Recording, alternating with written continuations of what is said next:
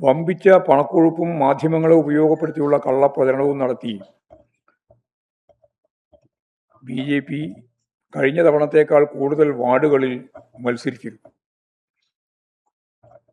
കഴിഞ്ഞ തദ്ദേശ സ്വയംഭരണ സ്ഥാപനങ്ങളിൽ അവർക്ക് 15.56% വോട്ട് ലഭിച്ചിരുന്നു.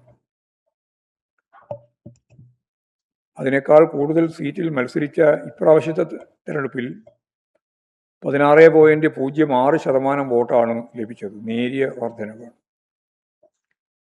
എന്നാൽ ഞങ്ങൾ 25% വോട്ടും 25% സീറ്റും കരസ്ഥമാക്കും എന്ന് പറഞ്ഞുകൊണ്ടാണ് അമിത്ഷാ കേരളത്തിലെ ഇടതുപക്ഷ ജനാധിപത്യ മുന്നണിയെയും ജനങ്ങളെയും വെല്ലുവിളിച്ചുകൊണ്ട് തൃശ്ശൂരിൽ അവരുടെ പ്രവർത്തക സമ്മേളനത്തിൽ അവകാശവാദം ഉന്നയിച്ചത്. കഴിഞ്ഞ പാർലമെന്റ് തെരഞ്ഞെടുപ്പിൽ 19.40% വോട്ട് BJPക്ക് ലഭിക്കാൻ സാധിച്ചിരുന്നു. യഥാർത്ഥത്തിൽ ആ വോട്ട് ഇപ്പോഴും കുറഞ്ഞ് 16.06% കുറഞ്ഞു നിൽക്കുന്ന നിലയാണ് ഉണ്ടായത്.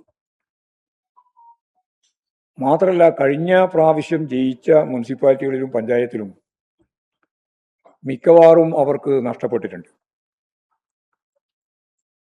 പാലക്കാടാണ് അവർ സ്ഥിരം പറഞ്ഞുകൊണ്ടിരിക്കുന്ന ഏറ്റവും പ്രധാനപ്പെട്ട ഒരു കേന്ദ്രം. പാലക്കാട് കേവല ഭൂരിപക്ഷം അവർക്ക് ലഭിച്ചില്ല.